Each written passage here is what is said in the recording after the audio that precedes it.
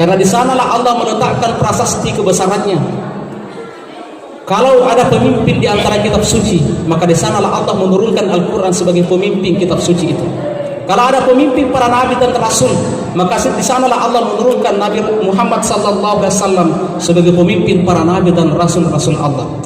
Kalau di muka bumi ini ada pemimpinnya masjid, maka di sanalah pemimpinnya masjid, yaitu Masjidil Haram. Kalau di sana, kalau Allah menciptakan pemimpinnya tanah, maka di sanalah Allah meletakkan pemimpin tanah itu, yaitu tanah suci. Alhamdulillahirabbil alamin. Hamdan na'imin, hamdan syakirin, hamdan yuwafi ni'amahu wa yukafi mazidah. Ya Rabbana lakal hamdu kama yanbaghi li jalalik wajhikal karimi wa azimi sultanik. Asyhadu an la ilaha illallah wahdahu la syarika lah, syahadatan takuna lana fil jinani kanzan ma'rufa, wa asyhadu anna Muhammadan abduhu wa rasuluh allazi aqamaha manabiral islami ba'da dhuhur. Allahumma salli wa sallim ala sayyidina Muhammad sayyidil mursalin wa ala alihi wa sahbihi ajma'in, amma ba'd. Ayuhal muslimun al-hadirun, usikum wa nafsi awwalan bitaqwallah, faqad fazal muttaqun. Ittaqullaha haqqa tuqatih wa la tamutunna illa wa antum muslimun. Qala Allah ta'ala fi kitabihil Qur'anil Karim, a'udzu billahi as-sami'il 'alim minasy syaithanir rajim. Ya ayyuhallazina amanu kutiba 'alaikumus shiyam kama kutiba 'alal ladzina min qablikum la'allakum tattaqun. Shadaqallahul azim. Hadirin sidang jamaah Jumat yang insyaallah dimuliakan oleh Allah,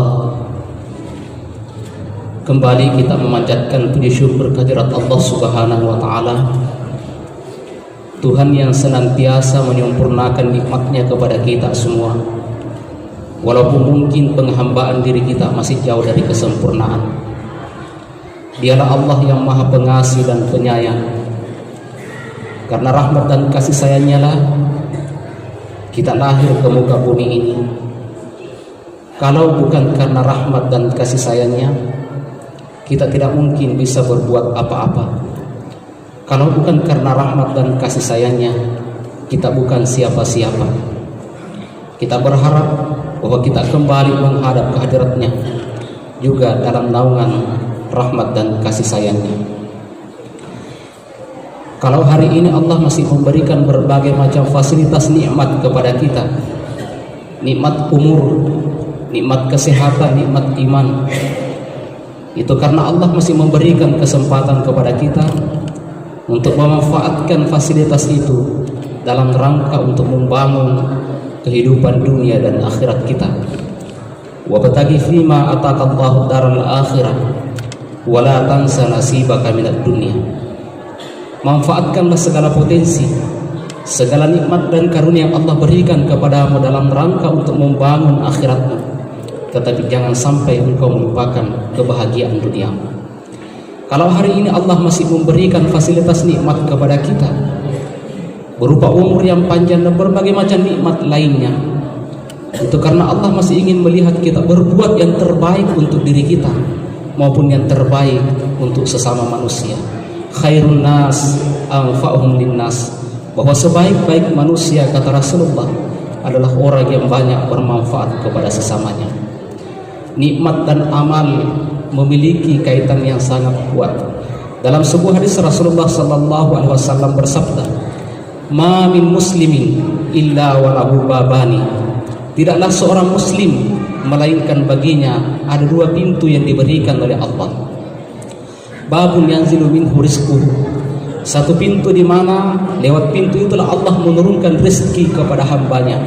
Wa babun minhu yas'alu amaluhu, dan satu pintu lagi di mana lewat pintu itulah Allah mengangkat amal perbuatan kita. Saat ini Allah memberikan nikmat yang sangat besar bagi kita. untuk meraih dua kemuliaan dalam waktu atau dalam satu kesempatan. Kemuliaan yang terkandung pada bulan suci Ramadan sebagai Sayyidus Syuhur, sekaligus kemuliaan yang terkandung pada hari Jumat sebagai Sayyidul Ayyam. Sebagai umat manusia yang sadar bahwa kita adalah ini umatnya Rasulullah, sebagai umat yang paling singkat kesempatan hidup diberikan oleh Allah di muka bumi ini. Bahkan kalau kita bandingkan dengan fase perjalanan selanjutnya yang harus kita tempuh, maka sesungguhnya keberadaan kita di bumi ini sangatlah singkat adanya. Bisa jadi nanti batu nisan kita lebih lama duduk di atas pusara kita dibandingkan dengan keberadaan kita di muka bumi ini. Oleh karenanya ketika momentum Ramadan seperti ini, momentum mulia seperti ini tidak mampu kita manfaatkan dengan sebaik-baiknya, tidak mampu kita jadikan sebagai momentum untuk meraih ampunan dari Allah Subhanahu wa taala. Momentum seperti ini tidak bisa kita jadikan sebagai momentum untuk mendekatkan diri kepada Allah Subhanahu wa taala. Maka sungguh sebuah kerugian besar yang akan menanti kita di akhirat kelak. Wal asri innal insana lafi khusr. Demi masa kata Allah, manusia benar-benar berada dalam kerugian. Dalam ayat ini Allah bersumpah. Kalau ada seseorang bersumpah pada saat dia berbicara, itu karena dia meyakini kebenaran informasi yang dia sampaikan, dan dia ingin agar orang lain mempercayai informasi itu sebagaimana dia meyakini hal tersebut. Lalu bagaimana ketika yang bersumpah adalah Allah Subhanahu wa taala? Bukankah semua yang Allah sampaikan dalam Al-Quran adalah sebuah kebenaran mutlak yang tidak akan mungkin terbantahkan sampai kapanpun walaupun Allah tidak bersumpah? Tetapi kenapa Allah harus bersumpah ketika bicara tentang waktu?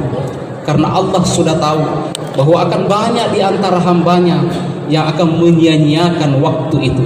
Maka Allah mengingatkan kepada kita, jangan sampai kita termasuk golongan orang-orang yang menyesal dan rugi itu. Memang barangkali hari ini apa yang Allah sampaikan tentang kerugian itu belum mampu kita cerna secara akal. Karena kerugian ini Allah berbicara tentang bagaimana kondisi manusia di akhirat kelak. Posisi kita hari ini tak ubahnya seperti seorang bayi yang masih dalam kandungan ibunya. Ketika Allah menciptakan mata bagi bayi itu, andai kata seorang bayi itu mampu berbicara, mungkin dia akan bertanya kepada Allah, "Ya Allah, untuk apa Engkau menciptakan mata ini? Bukankah saya berada di tempat yang gelap gulita?" Ketika Allah menciptakan tangan dan kaki dan anggota tubuh lainnya, mungkin bayi itu akan bertanya, "Ya Allah, untuk apa Engkau memberikan saya kaki dan tangan? Bukankah saat ini saya berada di tempat yang sempit?" Tetapi bayi itu sadar ketika lahir ke muka bumi ini betapa pentingnya ciptaan Allah. Mata ini sangat berarti, tangan, kaki dan seluruh anggota tubuh kita ini sangat berarti. Itulah perumpamaan kita hari ini. Hari ini ketika kita diperintahkan berpuasa, mungkin bertanya dalam benak kita, kenapa kita harus berpuasa berlapar-lapar padahal kita punya persediaan makanan yang banyak? Jawaban ini nanti kita temukan di akhirat kelak. Di sanalah kita tahu kenapa kita diperintahkan berlapar-lapar di siang hari di bulan suci Ramadan. Di sanalah kita akan mengerti jawabannya kenapa kita diperintahkan sholat. Di sanalah kita akan menemukan jawaban yang sesungguhnya kenapa di malam hari kita harus mengurangi jatah tidur kita demi untuk beribadah kepada Allah Subhanahu wa taala.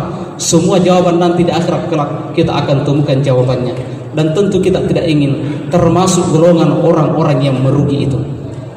Walau tara izil mujrimuna nakisu ru'usihim inda rabbihim. Andai kata-kata Allah, engkau menyaksikan orang-orang pelaku durhaka di alam sana, mereka menundukkan kepala di hadapan Allah, mereka menangis dengan darah air mata minta kepada Allah. Apa yang mereka minta? Rabbana absarna wa sami'na. Ya Allah, sekarang saya sudah lihat buktinya ya Allah, bagaimana dahsyatnya siksaanmu, bagaimana nikmatnya ketika balasan yang kau berikan kepada orang-orang yang berbuat baik. Wa sami'na, saya sudah dengar ya Allah. Lalu mereka meminta, farji'na na'mal salihan inna mungkinun. Kembalikan saya ke bumi ya Allah, saya ingin berbuat baik, saya sudah yakin ya Allah. Tetapi apa kata Allah pada hari itu? Hari ini bukan lagi saatnya merengek, hari ini bukan lagi saatnya mengeluh, tetapi hari ini saatnya merasakan akibat dari perbuatan yang telah engkau lakukan ketika engkau hidup di dunia. Hadirin sidang jamaah Jumat yang dimuliakan oleh Allah, hanya ada 3 di mana Allah akan melipat gandakan pahala umat Rasulullah sallallahu alaihi wasallam.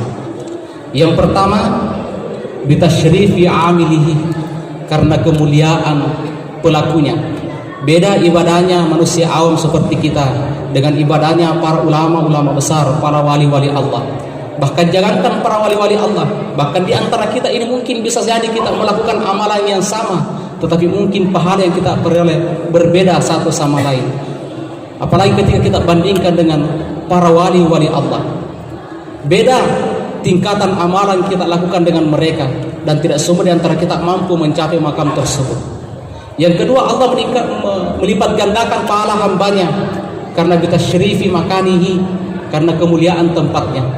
Beda ketika kita beribadah di Masjid Nurul Huda Tarairu ini dengan ketika kita salat sunnah di Masjidil Haram, di Masjid Nabawi. Beda pahalanya, karena di sanalah Allah meletakkan prasasti kebesarannya.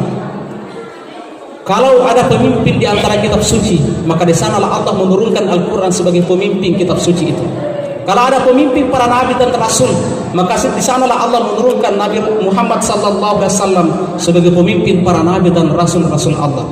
Kalau di muka bumi ini ada pemimpinnya masjid, maka di sanalah pemimpinnya masjid, yaitu Masjidil Haram. Kalau di sana, kalau Allah menciptakan pemimpinnya tanah, maka di sanalah Allah menciptakan, meletakkan pemimpin tanah itu, yaitu tanah suci Mekah.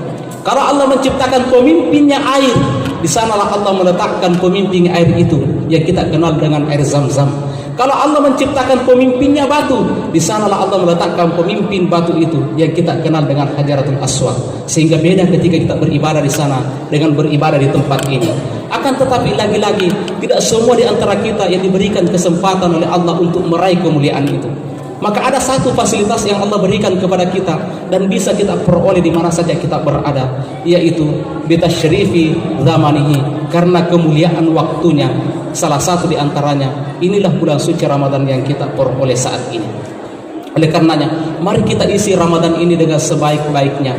Kalau dalam perjalanan hidup kita mungkin banyak ruang yang kita sisakan untuk menjadi bahan penyesalan kita di akhirat kelak, maka kita berharap mudah-mudahan Ramadan kali ini mampu menutupi ruang-ruang penyesalan itu, sehingga di akhirat kelak kita tidak termasuk orang-orang yang menyesal. Karena Allah pun memberikan jaminan, illal ladzina amanu wa amilus shalihat. Orang yang tidak rugi kata Allah adalah orang yang beriman kepada Allah dan mengisi hidupnya dengan jejak-jejak kebaikan, amalan-amalan saleh. Oleh karenanya mari kita isi hidup yang singkat ini dengan jejak-jejak kebaikan, karena jejak kebaikan ini pun akan tercatat di hadapan Allah Subhanahu wa taala. Wa naktubu ma qaddamu wa atharahum. Kami, kata Allah, mencatat dengan rapi segala jejak-jejak yang pernah mereka tinggalkan. Wa kullu syai'in ahsaynahu fi kitabim mubin, dan semuanya tersimpan di tempat yang rapi, di tempat yang nyata, yaitu Lauhul Mahfuz. Maka di akhirat kelak ada orang tiba-tiba mendapatkan pahala penghafal Al-Quran, padahal dia pun bukan penghafal Al-Quran. Maka pada saat itu dia bertanya, ya Allah, saya bukan penghafal Al-Quran, kenapa saya memperoleh pahala penghafal Al-Quran? Maka Allah mengatakan, ketika engkau hidup di dunia, engkau meninggalkan jejak. Dengan harta bendamu engkau titipkan Al-Quran di masjid-masjid. Dengan harta bendamu engkau bangun masjid, engkau bangun tempat-tempat di mana orang menghafal Al-Quran, beribadah. Maka hari ini engkau pantas mendapatkan pahala dari orang-orang yang menggunakan jejak-jejak yang kau tinggalkan itu tanpa mengurangi pahalanya. Tetapi sebaliknya, ketika kita tinggalkan adalah jejak-jejak keburukan, maka mungkin juga nanti kita akan mendapatkan ganjaran dari perbuatan dosa yang bukan kita lakukan, karena kita meninggalkan jejak-jejak yang dimana fasilitas itu dijadikan oleh orang lain sebagai tempat maksiat. Hadirin sidang jamaah Jumat yang dimuliakan oleh Allah, barakallahu li wa lakum fil Qur'anil azim wa nafa'ani wa iyyakum bima fihi.